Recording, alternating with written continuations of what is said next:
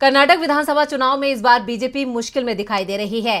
Party उम्मीदवारों के नाम की घोषणा तक नहीं कर पाई है क्योंकि बड़े नेता या तो चुनाव से किनारा कर रहे हैं या फिर पार्टी ही छोड़ रहे हैं। इन सब के बीच अब एक नया विवाद और खड़ा हो गया है, जिसे लेकर विपक्ष बीजेपी सरकार को घेर रहा है। तो क्या है मामला, देखते हैं इस रिपोर्ट में। तमिलनाडु में दही को लेकर चल रहा विवाद थमा भी नहीं कि अब कर्नाटक में दूध पर विवाद शुरू हो गया है।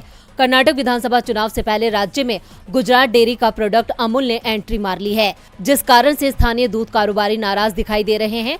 अभी हाल ही में FSSAI ने आदेश दिया था कि हर राज्य में दही के पैकेज पर बड़े अक्षरों में दही लिखा जाएगा, लेकिन इसका तमिलनाडु में जबरदस्त विरोध हुआ था।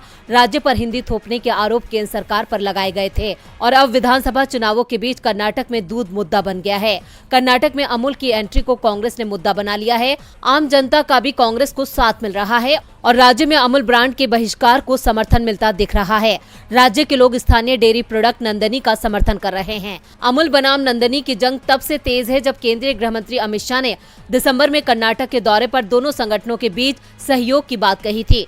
उन्होंने कहा था कि अमूल और नंदनी कर्नाटक के हर गांव में प्राथमिक डेयरी स्थापित करने की दिशा में मिलकर काम करेंगे और अगले 3 वर्षों में कर्नाटक में एक भी गांव ऐसा नहीं होगा जहां प्राथमिक डेयरी स्थापित नहीं की गई हो। अब अमूल की एंट्री से कर्नाटक में सियासत गर्मा गई है। लोग सोशल मीडिया पर भी #सेव-नंदनी और #बैन अमूल के जरिए अमूल को दक्षिण में बंद करने और नंदनी की पहचान बनाए रखने की अपील कर रहे हैं।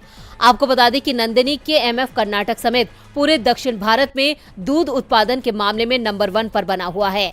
काफी सालों से दूध का कारोबार दक्षिण भारत में जमा हुआ है। कई लोगों का विश्वास नंदनी दुग्ध उत्पादों पर है, लेकिन अब अमूल के आने के बाद ये राजनीतिक मुद्दा बन गया है। कांग्रेस नेता सिद्धारमैया ने इसे लेकर केंद्रीय गृह मंत्री अमित शाह पर निशाना साधा है। उन्होंने कहा, डबल इंजन सरकार से सावधान रहो, ये कन्नड़ियों की सभी संपत्तियों को बेच देंगे। हमारे बैंकों को नष्ट करने के बाद वो अब नंदनी KMF हमारे किसानों द्वारा निर्मित एक ब्रांड को नष्ट करने के लिए दृढ़ हैं। पिछले कुछ दिनों में खुदरा क्षेत्र में नंदनी दूध और दही की आपूर्ति कम थी और अब अमूल चालाकी से बाजार में प्रवेश कर रहा है। अमूल के विरोध के चलते बीजेपी बैकफुट पर दिखाई दे रही है, तो वहीं कांग्रेस भी अपने मुद्दों को अब पूरी ताकत से उठाने की तैयारी में है।